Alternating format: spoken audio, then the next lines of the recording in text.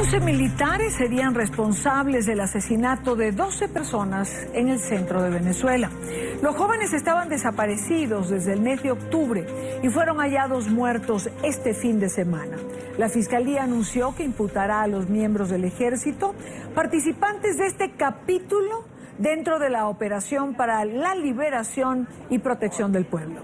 Serían imputados por su presunta responsabilidad en el hecho que ya es llamado la masacre de Barlovento. Los efectivos militares se encuentran ya tras las rejas y nuestro comandante en jefe nos ha instruido coordinar con las instituciones competentes todas las acciones que sean necesarias para aplicar el máximo castigo. Este joven, que prefirió proteger su identidad, nos cuenta cómo actuó el ejército y cómo pudo sobrevivir a la ya denominada masacre de Barlovento. Se me empezaron a montar en la cabeza, los guardias se me montaban en la cabeza y me decían: si gritas te va a ir peor, si gritas te va a ir peor. Entonces yo no gritaba, yo tenía que aguantar. Entonces luego de eso yo escuchaba unos gritos, ¡ah! Y luego de eso yo le digo a un guardia que estaba ahí cuidándome, me digo: mano, dime la verdad, a mí me hace eso. Y me dicen, quédate quieto y aguanta tu pela nada más. Me empiezan a meter corriente. Me metieron corriente aquí en el estómago, en el cuello, en el pene, en las pompis. Me metieron corriente en el cuello, más que todo me metían mucha corriente y en el estómago. El operativo Liberación del Pueblo fue creado supuestamente para combatir el AMPA. Sin embargo, son muchas las víctimas inocentes que han sido asesinadas por las autoridades. La diputada Delsa Solórzano recibió a los familiares de las víctimas en la Comisión de Política Interior del Parlamento. Desde allí exigió la renuncia de los ministros de Justicia y de la Defensa. Le exigimos al señor ministro de la Defensa, al señor ministro del Interior, ya está bueno, vale. Uno cuando no sirve para una cosa se tiene que retirar. No sirven para esto. Esa es la verdad. Le hacemos un llamado al señor Nicolás Maduro. Si estos señores no renuncian, usted tiene la obligación de destituirlos. Al final dependen de usted, señor Maduro. Aquí no hay nada que celebrar con este operativo. Usted tiene que declarar luto nacional. No por la muerte de Castro, sino por estos 12 muchachos, sean quienes sean esos cuerpos que están allí. Fueron asesinados de manos de funcionarios del Estado venezolano, del gobierno que usted dirige. Esta vez le tocó a la población de Barlovento sufrir la arbitrariedad y la violación a los derechos humanos. De los 12 jóvenes asesinados, 9 ya fueron identificados, 2 continúan desaparecidos y 2 sin identificar. Sus familiares aseguran que las autoridades pretenden entregarles un cadáver que no corresponde. Y yo les dije: no, esa no es la dentadura de mi hermano, no es la dentadura, y como está vestido tampoco es, o sea, con quien lo estaban relacionando, no es mi hermano. Vecinos de la zona aseguran que hay más jóvenes desaparecidos, pero sus familiares han sido amenazados para que no formulen la denuncia. Que esto no quede impune, porque no son 12, son más personas. Vale destacar que ninguno de los fallecidos poseía antecedentes penales, se dedicaban a la agricultura de la zona. Quiero saludar en esta parte del programa a Rocío San Miguel. Ella es presidenta de la ONG Control Ciudadano para la Seguridad, la Defensa y la Fuerza Armada Nacional. Rocío, buena tarde, gracias por acompañarnos. Buenas tardes, Irania. Rocío, la pregunta es: ¿de qué se tratan estas OLP, Operación, entiendo, para la liberación y protección del pueblo? Sí, es un procedimiento que ha venido estelarizando el gobierno nacional a través del Ministerio de Interior y Justicia, donde participan fundamentalmente cuerpos efectivos militares y también órganos de inteligencia policial y en algunos casos inteligencia militar.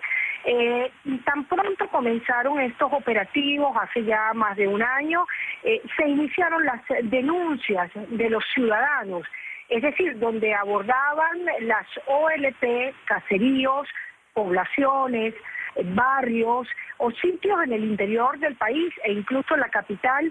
Inmediatamente comenzaban las denuncias de desapariciones, ejecuciones sumarias, detenciones arbitrarias, allanamientos ilegales, torturas. Es decir, hubo una denuncia inicial que preocupó y alertó a las organizaciones de derechos humanos y que hoy trágicamente se han convertido en un patrón de conducta que no solamente debe alertar a los venezolanos, sino a la comunidad internacional, porque estamos asistiendo a muy graves violaciones de derechos humanos en el marco de lo que se ha llamado en Venezuela operaciones de liberación del pueblo.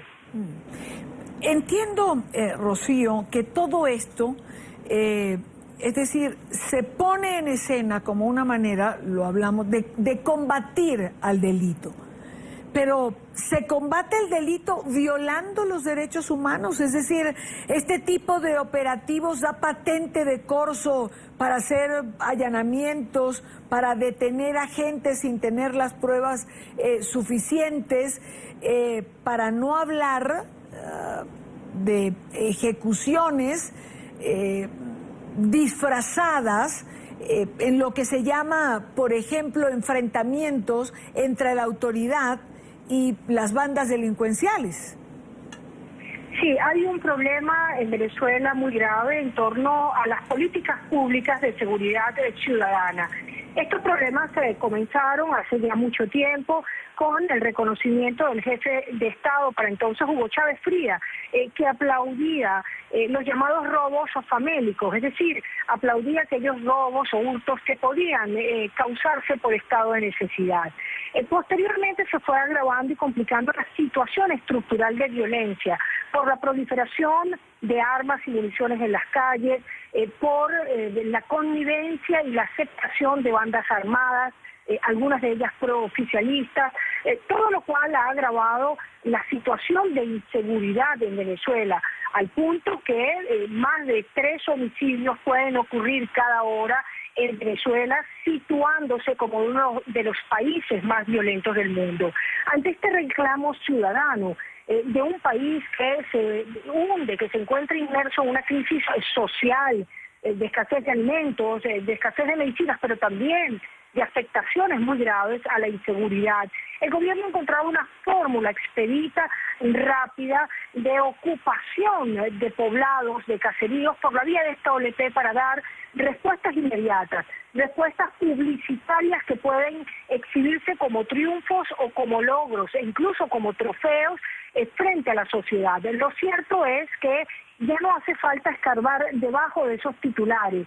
Ya están apareciendo los rostros de las víctimas de estos procedimientos inhumanos, gravemente violatorios de derechos humanos, que nos retrotraen a las fórmulas inclusive de modelos que en América Latina en los años 80 operaron bajo las dictaduras del Cono Sur.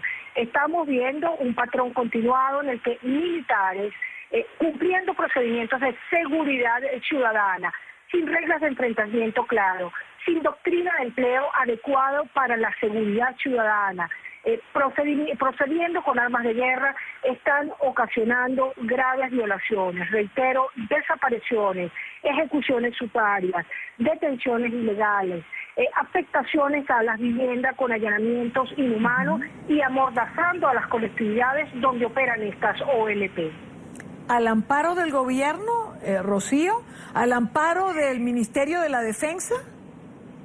Lamentablemente hay que decirlo que sí, a pesar de la muy rápida reacción del Ministerio de la Defensa condenando estas actuaciones, a pesar del muy rápido rechazo del propio ministro de Interior y Justicia, que es un militar activo de la Guardia Nacional, a pesar de estas rápidas reacciones que solamente buscaban mitigar el efecto que la divulgación de estos hechos generó en la opinión pública, debe decirse que hay responsabilidades de los mandos superiores de la Fuerza Armada Nacional, que conscientes de las formas inadecuadas en las que vienen desplegándose estos métodos depredadores de poblaciones enteras, están permitiendo continúen sin controles democráticos en su ejecución. El problema, Iraña, es que no hay posibilidades de que instituciones imparciales en Venezuela vigilen, controlen la actuación de la Fuerza Armada Nacional, que se encuentra hoy involucrada prácticamente en el control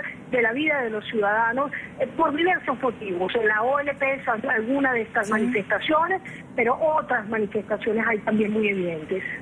Ahora, Rocío, ¿de qué manera ponerle coto antes de que pueda írsele de las manos al propio gobierno esto que está sucediendo con este tipo de operativos. Sí, digamos, funcionarios de la Asamblea Nacional, la diputada Elsa Solórzano ha pedido la destitución de los ministros de la Defensa y del ministro de Interior, ambos generales de la Fuerza Armada Nacional. Eso se ve poco probable que ocurra. Yo creo que aquí el llamado es a la conciencia de los dos órganos fundamentales que tienen que establecer investigaciones y control democrático sobre estas actividades ilegales que vienen ocurriendo por parte de los efectivos militares.